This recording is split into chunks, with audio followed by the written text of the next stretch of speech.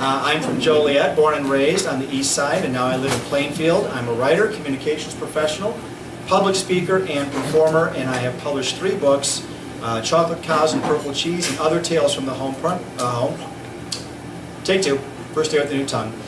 Other Tales from the Home Front, essays about young adulthood and parenthood, a collection of poetry called Abundance, and a new one called The Edge of Middle. These are essays, poetry, and fiction about the trip to and through middle age. Tonight, I'm going to start with an essay written about 2 dear friends who suffered what is, for most parents, the worst fate, their child's death. This is called Walking. Love, resist, rise, love. There's a kind of courage that ideally everyone should have, yet ideally no one should need. The kind that enables us to resist life's many inequities, rise over its many hurdles, and to seek and find light and peace in all things, even our darkest sorrows.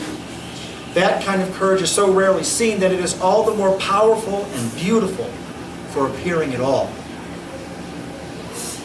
2 of my best friends recently displayed such courage. In fact, they've been showing it for most of their married life as a racially mixed couple who adopted a racially mixed son whose biological parents were both drug-addled. Heartbreakingly, the cold cynic in me wants to say, predictably, those drugs wormed their way into their 23-year-old son's blood, brain, and existence. This, though they raised him as far away from his biological parents' circumstances as a life of suburban comfort, professional expertise, cultural nurturing, and middle-class resources could take him. But no matter. Their son, handsome, brilliant, clever, funny, talented, overdosed on fentanyl, the opioid reputed to be 50 times stronger than even heroin. Like some weird cosmic vacuum, their sadness on that chilly March morning for the loss of their child literally sucked the air from their lungs when they found their son's lifeless body in his car. And we could debate the evils of drugs and his choice to use them. Fine, I agree. Drugs are bad. Drugs are wrong. Drugs are evil. We could dissect who knew and who should have known and what could have been done and when, since their son lived in his parents' home and they tried to honor his young adulthood by respecting his privacy as much as possible in their shared space. We could. Those are moralistic arguments, though, and to varying degrees, they're fair questions. Indeed, in our pretend Christian nation, judge not, lest ye be judged, remember? We like to make lots of room and time for moralizing.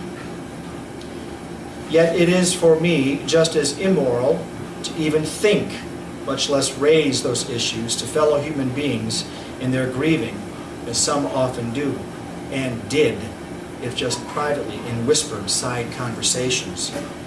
Moralizing loses all its weight when staring into the beautiful face of a child gone too soon.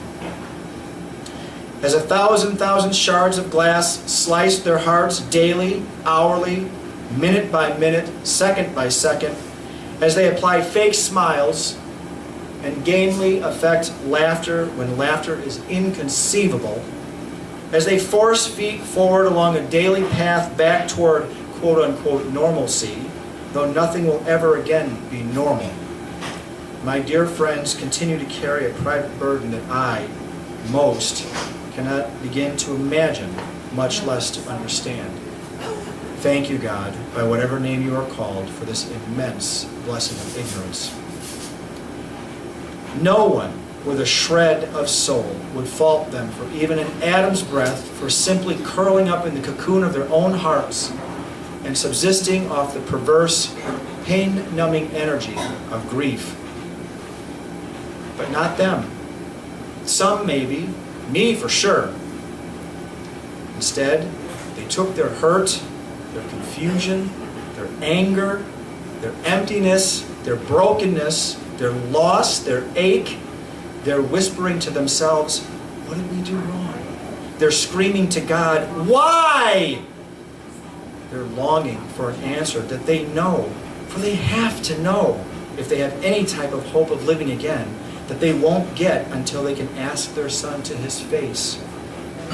They took it all and decided to do something about it. Courage.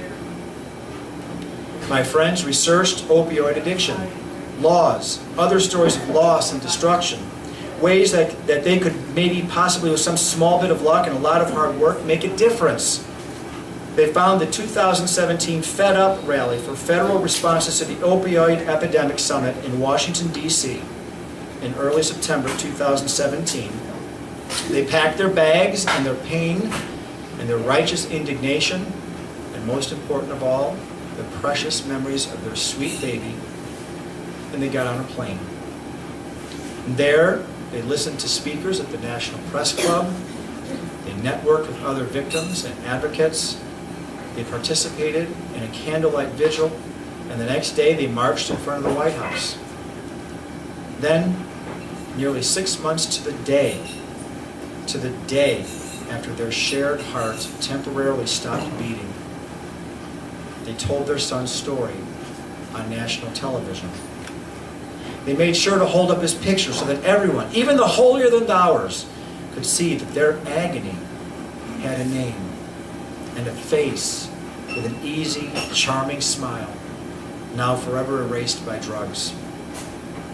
They held each other close, their mingled tears wetting each other's cheeks, loving, comforting, healing themselves, yes, but also those who watched and felt their own hearts shattered by association. They resisted the criticism of the unfeeling and the condemnations of those who would blame and deflect, refused to acknowledge the truth of their anguish, the same anguish that any parent would suffer. They rose above the deepest valleys of their own heartache, and they demonstrated what it takes to truly walk the talk, to set an example, create a path where none existed, take the harder road to show a way through a tangled thicket of injustice. They turned their private despair into public action with faith in a tomorrow their son won't know, and determination to help give that tomorrow to someone else's child, and a courage born in love and born by love, like all things good and worthy and true. Thank you.